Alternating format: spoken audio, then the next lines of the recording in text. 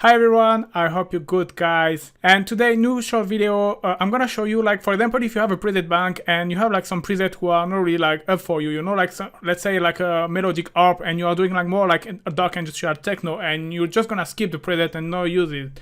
And today I'm gonna show you how you can use it and take the most of your preset bank. For example, I have this patch which is kind of maybe good for melodic techno, and what is good is to use FM to kind of morph the sound into something a bit more dark. And so for this patch, I have assigned a macro which is called color, which is gonna make it sound a bit darker.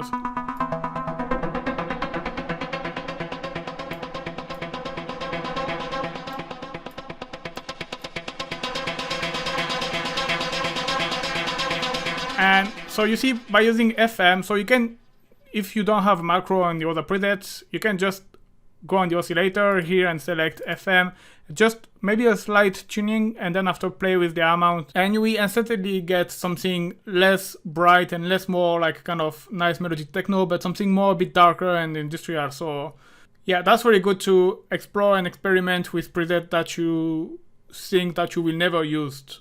Alright, I hope you like this quick tip. Thank you very much for watching, guys. See you soon. Bye bye.